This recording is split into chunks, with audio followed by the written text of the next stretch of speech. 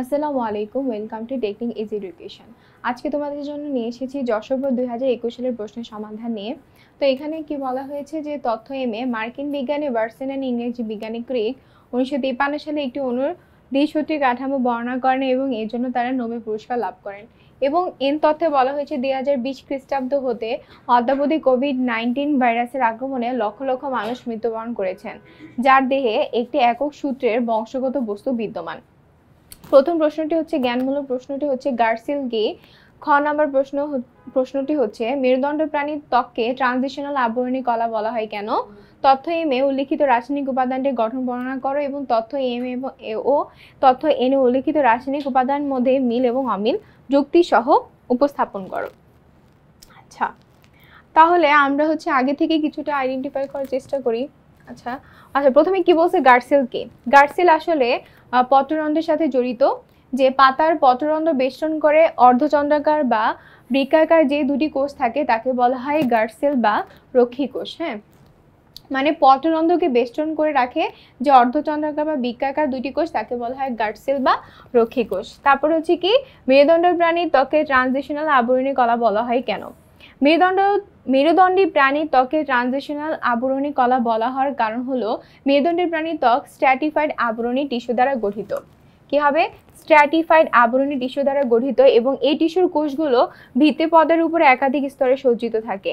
এমন স্ট্র্যাটিফাইড আবরণী টিস্যু আছে যার স্তরের সংখ্যা মিনিটের মধ্যে পাল্টে যেতে পারে।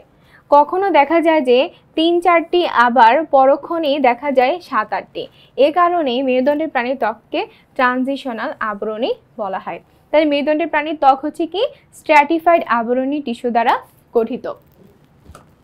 এখন উদ্দীপকে তথ্য এম এ উল্লিখিত রাসায়নিক উপাদানটি গঠন বর্ণনা করতে বলেছে। তাহলে তথ্য এম এ আসলে কি ডিএনএ এর কথাই বলা হয়েছে, যেহেতু ভার্সন আর ক্রিক 1953 সালে একটি অণু দুই সূত্র কাঠামো বর্ণনা করেন, তার মানে এটা অবশ্যই ডিএনএ এর কথাই বলা হয়েছে।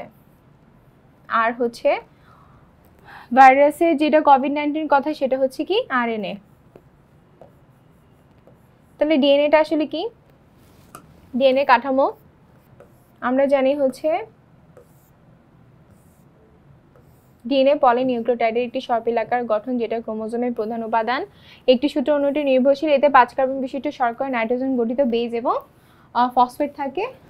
আমরা সংক্ষিপ্তভাবে পড়েছিলাম আগের ক্লাসগুলোতে যে SBP is equal to nucleotide.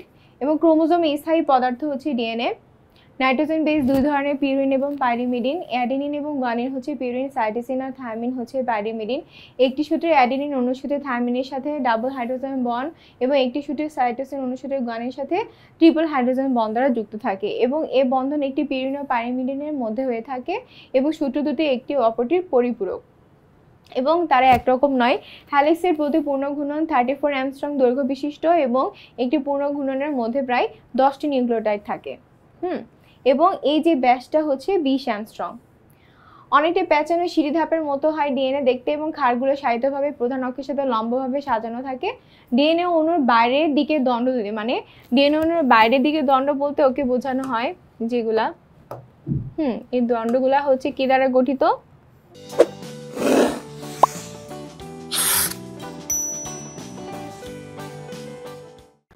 দণ্ডগুলো হচ্ছে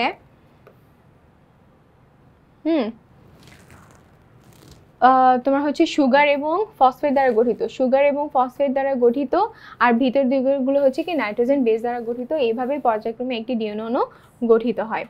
ওকে, পরবর্তী প্রশ্নে আমাদের কি বলা হয়েছে? পরবর্তী প্রশ্নে বলা হয়েছে যে উদ্দীপকে এম আর এন এ উল্লেখিত রাসায়নিক উপাদানের মধ্যে মিল আর অমিল, মানে হচ্ছে ডিএনএ আর এন এর মধ্যে পার্থক্য এবং ওদের মধ্যে যে মিল আছে সেটা দেখানোর কথা বলা হয়েছে। তো আসলে আমরা প্রথমে ডিএনএ আর এন এর মধ্যে মিলগুলো দেখে নিই। প্রথমে বলছে ডিএনএ আরএনএ উভয় হচ্ছে নিউক্লিক অ্যাসিড।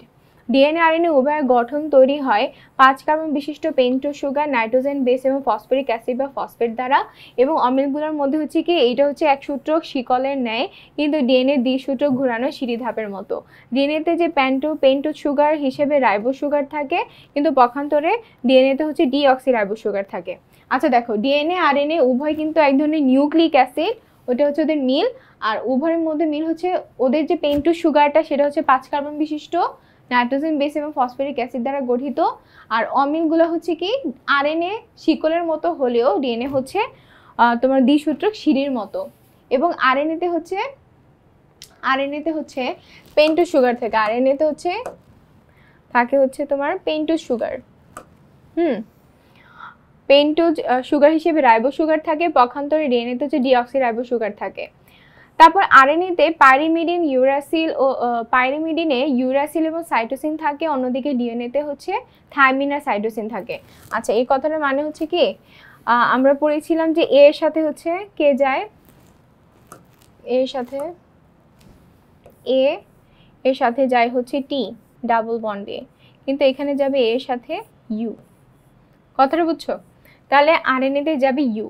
তাহলে পাইরিমিডিনে ইউরাসিল থাকে আর সাইটোসিন বেস থাকে, আর ডিএনএতে হচ্ছে পাইরিমিডিনে থাইমিন আর সাইটোসিন থাকে। তার মানে হচ্ছে এখানে টিসি থাকে ডিএনএতে, আর এখানে থাকে কি ইউসি। ঠিক আছে, একটা হচ্ছে টিসি আর একটা হচ্ছে ইউসি। তারপর হচ্ছে আরেকটা অমিল কি কার্যগত দিক থেকে আরএনএ 4 রকম হলেও ডিএনএ একরকমই থাকে। আরএনএতে কোনো অনুলিপন হয় না, রেপ্লিকেশন হয় না, কিন্তু ডিএনএ রেপ্লিকেশন হয়, যার মাধ্যমে নতুন ডিএনএ সৃষ্টি হতে পারে। আরএনএ প্রোটিন সংশ্লেষণে ভূমিকা রাখে, অন্যদিকে ডিএনএ বংশগতির ধারক এবং বাহক হিসেবে কাজ করে। আরএনএতে নিউক্লিওটাইডের সংখ্যা অনেক কম, কিন্তু ডিএনএতে নিউক্লিওটাইডের সংখ্যা অনেক অনেক বেশি। এবং এছাড়া তুমি পরীক্ষার মধ্যে ফিগার দিয়েও তাদের মধ্যে একটা মিল অমিল দেখাতে পারো। ঠিক আছে, আশা করি প্রশ্নটি বুঝতে পেরেছো। আচ্ছা, এটাই হচ্ছে যশোর বোর্ড 2021 সালের প্রশ্নের সমাধান। তো আশা করি সবাই 2021 সালের যশোর বোর্ডের প্রশ্নের সমাধানটি বুঝতে পেরেছো। পরবর্তী সমাধানের জন্য আমাদের প্রতিটি প্রশ্নের উপরে দেওয়া কিউআর কোডটি অবশ্যই স্ক্যান করবে। এ পর্যন্ত পাশে থাকার জন্য ধন্যবাদ।